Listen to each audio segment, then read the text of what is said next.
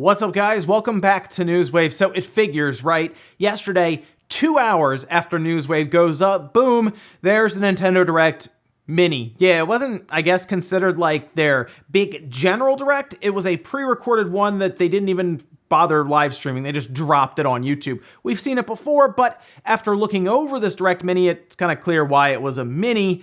There were a lot of announcements there, but nothing major from Nintendo themselves, but we'll be going over it here. Also, we're going to talk a bit about Epic Games, as it looks like they are continuing to make bigger and bigger moves into the gaming space, now looking to do some heavy funding around projects from different places like Remedy. Yeah, that's something that hopefully pans out well. We'll see there. And then it looks like Bioware could be working on another project outside of maybe even the reboot of Anthem or even Dragon Age, and people are currently crossing their fingers for a new Mass Effect that's not terrible. As always, guys, if you enjoyed these videos, make sure that like button helps out a ton. And if you're brand new here, hit that red subscribe button down below. And we're going to start with some of the games from the Direct Mini, but rather than just talk about when they're coming out and all of that, I kind of wanted to talk a little bit about some of the fine print that's being kind of glossed over a bit. Now, we know 2K, of course, shows up with a bunch of collections. They have BioShock, which is going to have a collection on the Switch,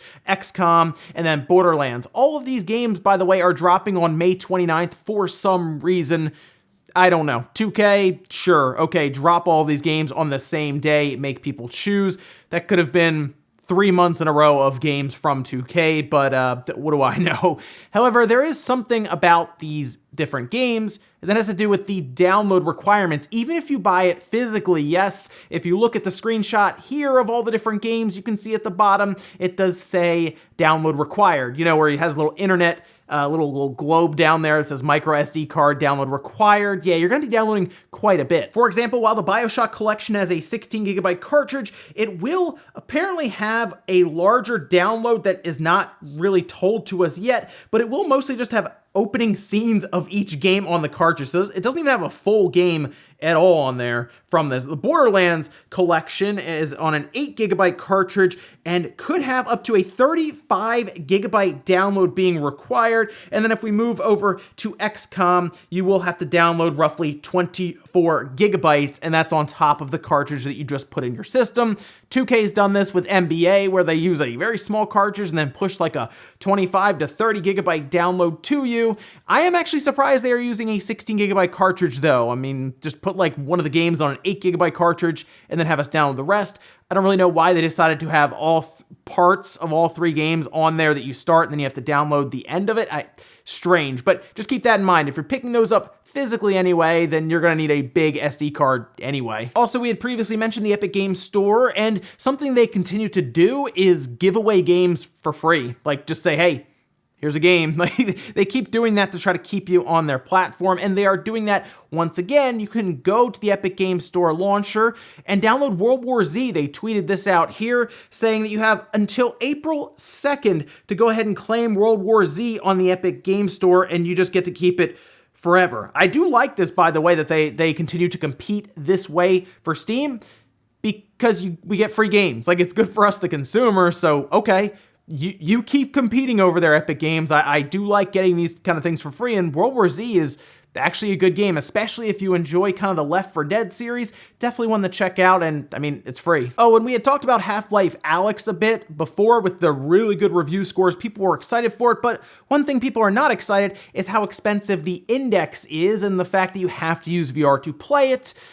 At least maybe. Like, you might not need VR going forward, as it looks like the first thing that modders are interested in doing is removing the need for virtual reality to play Half-Life Alyx. In fact, people are already launching the game with a keyboard and mouse without VR. Tyler, for example, from the Valve News Network, has managed to launch the thing without VR, straight up, already. And something I've realized is when the modding community has an idea and they set their mind to it, most likely it will happen eventually, right? And I do think we will get to a point where Half-Life Alyx can just be booted up, played no problem without VR. Now, there is going to have to be a lot of work outside of just being able to have it launch like that, because there are core mechanics in the game based around having two hands that you can actually oppose your thumbs and fingers and everything for different puzzles. So I'll be curious how modders are able to do that, but even Valve themselves kind of expect it at this point. So we'll see. Maybe it won't even take that long and you can just buy Half-Life Alyx and not have to worry about the $400, $500, or even $1,000 headset. Oh, also let me know if Half-Life Alyx is a game you would buy if you did not need a VR headset. Like, is that the big turnoff? I'm curious there. And guys, with some of the quick news out of the way, let's get into the bigger stuff. Let's start with this Nintendo Direct Mini. When I first saw it, I said, this is a mini? It's almost 30 minutes long. When I think of a mini, I'm thinking of like 15 minutes or less. This is a pretty sizable Direct, but when we actually looked through it, I think most of us started to realize why it was a mini and why it wasn't hyped up. It's a lot of third-party stuff, but let's go through this. We're going to go down the line of all of the announcements, and then we'll circle back around to some of the bigger ones. Here we go. Starting from the top, Good Job was announced. That is actually already out on the eShop now. It's kind of an action puzzle game. That one is from Nintendo, kind of in the same idea of Stretchers, where they had an original idea, but it's not like this massive game. It's kind of like a smaller, almost indie-style game. Marvel Ultimate Alliance 3, the third pack, as Doctor Doom, which is cool there. And then we also have Ring Fit Adventure getting an update. That looked pretty interesting because it's kind of a rhythm, like it turned into more of a rhythm-based game, still kind of mixed with like the fitness aspect. That was pretty cool to see. Shinsekai Into the Depths is coming over to the Switch, already out. That is, from what I can tell, a game that was out on Apple Arcade, I believe, on the iOS, but here it is now on the Switch. Panzer Dragoon Remake is a timed exclusive for the Switch, and it is already out. You can go pick that one up. I was playing that one yesterday and having a good time. It's not a long game. You can beat it in like an hour and a half, but it is a classic, and I know a lot of people were waiting for that one. Then we had Jedi Academy, which I really like this game. That is already out now as well, but we do have some issues with the online. I noticed some problems with the HUD and a few other things for the port itself, so we'll see if we get a patch for that one. I think the big problem with the online is you currently cannot play with your friends, which is a weird omission for a game that has up to 16 players online against each other. And we also found out in a pretty short segment that the next Smash Bros. Ultimate character will be from ARMS. Oh, okay, sure. I thought most people had forgotten about that game, but maybe Nintendo wants to continue on with that with a sequel. So who would they add is anyone's guess. They've pretty much left that up to a speculation at this point. Some people are saying it could be Springman, although he's already an assist trophy, so take your best guess on that one. Xenoblade Chronicles Definitive Edition did get a date. That's May 29th. It also had a really cool looking kind of limited edition. Of course, in Europe, they get a better one than what we do here in North America, but still, May 29th. That's, I think, the date that most of us were picking anyway, so makes sense to me there. Animal Crossing New Horizons is getting, of course, a couple of different events. They had Earth Day, and then, of course, we know about Bunny Day, where you go around, find different eggs hidden by the Bunny Visitor Zipper. So that's kind of neat. You'll be able to craft some special items. Bravely Default 2 also got a trailer and a demo, which is out now. You can pick up the demo. Definitely recommend checking that one out. I downloaded it. I just need to check it out and see what we have there. We had already talked about all of the 2K support, which included the XCOM 2 collection, of course, the Borderlands collection, and then also the BioShock collection as well. Clubhouse Games 51 Worldwide Classics is from Nintendo, has a bunch of minigame type things in there. Things like Texas Hold'em, slot cars, sliding puzzles, all kinds of stuff in that one. That's actually out June 5th. Burnout Paradise Remastered from EA. So yes, we did get some EA support here, even though it is an older game. Still, Burnout Paradise is a good game, and I really like it. That's coming sometime in 2020. We'll have to wait on that one. Fuser is coming this fall. Looks like a DJ-style game. That's from Harmonix, the creators, of course, of Rock Band. King's Bounty 2, which I don't really know anything about. That's out in 2020. Then we have Ninjala, which is a free-to-play game coming out in May. 8 players online, 4-on-4. Looks interesting, but it's free to play, so I guess I'll be waiting to see when that drops in May to try it out. Then we also have Catherine Full Body, which we had heard about previously, but now we have a date for July 7th. And then Episode 1 Racer, which is awesome to see this, by the way, seeing Episode 1 racers show up here. It's also coming to the PS4, but I do remember GOG, Good Old Games, did a release for this on PC, and seeing that, I was hopeful that it would also come to any of the consoles. It looks like it's coming to the Switch, and then also the PS4, which is great. And then we had kind of like a little sizzle reel with Saints Row 4 Reelected, that is out today. Trials of Mana, of course, at the end of April. Elder Scrolls Blades, that everyone forgot about, in the spring. Minecraft Dungeons, also in the spring. Warhammer 40K, that's out in May. Mr. Driller Drill Land, that was an interesting one to see pop up, June 25th. Legend of Heroes Trails of Cold Steel 3, June 30th. There is also a demo for that on the eShop now. And then we have Vigor out in the fall. And then to finish up the Direct, it was information about Pokemon Sword and Shield's expansion pack, which was a strangely flat way to end this thing. There was no big reveal at the end. It was just, hey, expansion for Pokemon. Thanks for watching. We'll see you next time. So as you can see, nothing major from Nintendo. There's not like a Mario game or a Zelda, nothing for Bayonetta, for example. No crazy, like we heard about Paper Mario being rumored. Maybe that's waiting till later, just as an example. Nothing that really blew any Nintendo fans away, but there was a lot of stuff here to kind of look forward to for the Switch. Just nothing like brand new. It's a lot of older ports, of course, that's coming over. I did like that they had a lot of stuff that was available like right away, right yesterday. I mean, we had demos, we had shadow drops, there's all kinds of stuff hitting the eShop all at once. Those are usually my favorite parts of these Directs, is if they have stuff ready to go right then and there. And they did. So that was pretty neat to see. Xenoblade looks like it's shaping up to be a big time release for RPG fans or anyone who missed the original. I mean, visually it looks great, right? I think people are arguing about remaster versus remake. I mean, it's looking more and more like a remake. Different engine, it looks like. They re-recorded all kinds of music. New content, by the way. There's like a full epilogue that we're going to have. It looks like the game that people really loved on the Wii moved to a platform that can handle it better and give us an overall good or better experience, I should say. And it will be more readily available than what we saw on the Wii, which is what GameStop decided to take full advantage of, and even moving it from something like the new 3DS. So I'm excited for that to release May 29th. I just wish we got the better limited edition, because it looks like we're getting like the half step for that, and like Europe's getting like the whole thing. Overall though, the Mini was certainly a Direct Mini. Like I said, nothing to really blow you away. They're definitely holding on until June at this point, when I would say the big General Direct happens, but that will be the first massive General Direct of the year. So it's going to be a bit, right? From September to June, this Mini Direct is mostly to hold everyone over for the next 2.5 months until we get there. It's going to be disappointing for some because there was no major Nintendo title here, but for others who are just looking for more stuff to pick up on the Switch, or maybe you missed some of those ports or things from before, like maybe you've never played BioShock, which you should because it is an awesome series. There you go, you have something to look forward to. As for me though, looking at this Direct, if I was grading it on Direct Minis, I would give it a B. If I was grading it on Direct General Directs, C- maybe. Again, think about Nintendo Direct, you think of Nintendo games and some third-party stuff. This was a lot of third-party stuff, and like, oh,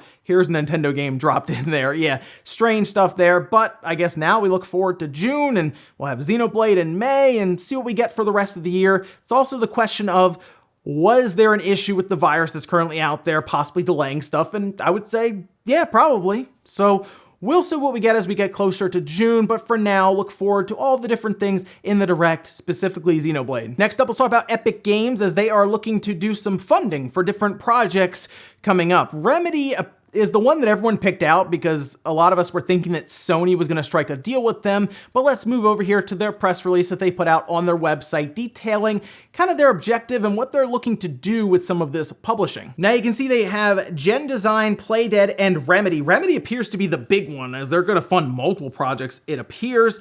Now, according to Epic Games, they'll have full creative freedom and ownership. Developers retain 100% of all intellectual property and full creative control of their work. Fully funding the projects, by the way. They're going to cover 100% of development costs, and they will have 50-50 profit sharing. Well, that actually sounds really, really good. Now, there's the question, of course, I guess they're going to have exclusivity for their Epic Games Store to some degree. I don't know, maybe Epic Games is literally just looking to be a publisher and make as much money from these things as they can. I will at least say they are spending their Fortnite money correctly. They opened a whole digital store that will continue to make them money going forward. They're looking to publish games alongside of developers who have some talent, obviously, going forward to make more money. They're doing the correct thing to grow a business. They, of course, control Unreal Engine, which is like the most popular engine currently used. So I'll be curious what some of these companies can do with that kind of funding, specifically Remedy. That's the one I'm going to keep an eye on, because after Control, which shockingly was nominated for all kinds of Game of the Years, I thought it was an okay, above average game, I'll say, but like Game of the Year never crossed my mind. But hey, with full creative freedom, we'll see what they can come up with next. Next up, let's talk about Bioware. Bioware struggled, right? Anthem did not do well. They're looking to reboot the whole thing. Who knows how that's going to go down. We believe they're working on Dragon Age, and hopefully that turns out to be a good game, but after what appeared to be a botched announcement or something strange at the Game Awards one year, and they didn't even have a title ready, it was super weird and confusing. I'm starting to get my doubts for that one, but I'm hoping they can put out a good game. People are getting worried about Bioware, like a lot of us are. If they keep messing up, EA is going to cut the cord, I think, and then goodbye Bioware. But it looks like they might be working on another game. There was a job listing spotted. You can see it here. This was by Segment Next. This is for a technical director saying, "You'll be the most senior engineering lead on the next major title in one of BioWare's most prestigious franchises and a contributing leader to BioWare studio strategy." Okay, prestigious franchises. If we're talking about the next one, and we're not talking about Dragon Age, we're not talking about, I mean, we can't call Anthem that, can we? I don't think they're going to do like a Knights of the Old Republic. Maybe they're doing another Mass Effect. Andromeda wasn't great, right? That was pretty bad. They did work to update it, and they did quite a few things to patch it, but still, the damage was done. Could they do Mass Effect again? I hope so. Mass Effect is a franchise that a lot of us like, but it definitely peaked at number 2 and then was kind of downhill from 3 and then Andromeda. But I feel like if they went back to the drawing board, got the A team on it, again, the A team, not the like kind of the B team or even the C team from BioWare, and really took a shot at it, yeah, I think they could bring it back and Mass Effect could be this big thing again, but it has to be dormant for a while. I think if they decide to bring it back a couple years into the Series X or PS5 life with that kind of technology in the Mass Effect universe, yeah, we could have like a blockbuster on our hands, but they have to go back to the roots. They have to go back to what made Mass Effect 1 and 2 great. So I'm hoping they can still remember what made those games great with the high quality that they put out and the compelling story, but we'll see. Most likely this prestigious title, I'm going to say probably is Mass Effect, but I guess it could be anything from them at this point. Maybe even EA even just throws them a franchise or a series to play around with. Here's hoping it's Mass Effect, and here's hoping they take more than a couple of years with the B team to do it. And in our last bit of news, I want to show you an image that popped back up recently. I had seen this before, but the other day it kind of took over the internet again. And that's because it has to do with Star Wars 1313. Remember that game? It was pretty much put on hiatus and then I guess just canceled eventually back in 2013. People were really excited because it looked different. It wasn't just Star Wars with lightsabers running around. That's always fun, but it's really interesting to think about like the bounty hunters or any of the other characters in the universe outside of just Jedi and Sith and all of that. 1313 seemed to have kind of that adventure action mix that was pretty interesting. And then check this screenshot out here. It does kind of continue the idea that it's supposed to be based around Boba Fett. Man, is that not a downer? I know we're coming up on the weekend now, right? And I kind of feel bad for kind of showing you that it would have been a Boba Fett game, Star Wars 1313, after that tech demo and some of the things they were showing us. Man, that would have been awesome, wouldn't it? Now, this image had already been out there on Twitter, but it resurfaced and got everyone talking again. And I started to realize that a lot of people had not seen this image. So there we go, Star Wars 1313. Just what could have been the potential there? I do wonder at times if EA would ever consider looking at that again and maybe doing something with that title. But at this point, the original team, I believe, kind of just disbanded, and they would just mostly be taking the title and the name and just reworking it into something it probably wasn't even supposed to be. But what could have been? A Boba Fett focused game like Star Wars 1313 could have been insane. And we'll finish up with the comment of the day as you're seeing here. This one's from Traveling Gamer, says, Nintendo is dissing on you, dude. This time they didn't announce a direct right after your video went up. They just shadow dropped that they did. They were just waiting for Newswave to go up, and they were like, no one's expecting this. Except I told you guys there was going to be a direct, didn't I, on the 26th? Do you remember that? A little over a week ago? I said, hey, the 26th, that seemed like a good day. It was just a guess though, right? Yeah, I mean, I wouldn't have left a bunch of teases over the last week or so about Switch games coming out this year. Would I have, like, unannounced ones? Nah. I was probably just guessing. And ladies and gentlemen, let's go to here for Newswave. If you enjoyed this video, guys, hit that like button, really helps out. If not, hit the dislike. Leave comments down below about everything we talked about today, whether it is the Direct Mini, what did you think of it, whether you liked it or you didn't like it. Let me know your thoughts there. Or are we really gonna go until June without any big time Nintendo titles unveiled after Xenoblade? It's hard to say there. Let me know what you think about all of that. Also, what is Bioware working on right now? They're hiring someone for a prestigious franchise. Is it Mass Effect? Is it something else that I'm not thinking of? And then what about Star Wars 1313? To hear that this image kind of shows that the rumor around it following kind of a younger Boba Fett as they build up towards like their career as a bounty hunter. What could have been, right? Thanks guys for watching. Have a great weekend. I'll see you back here Monday morning, 8 a.m. Eastern time for Newswave.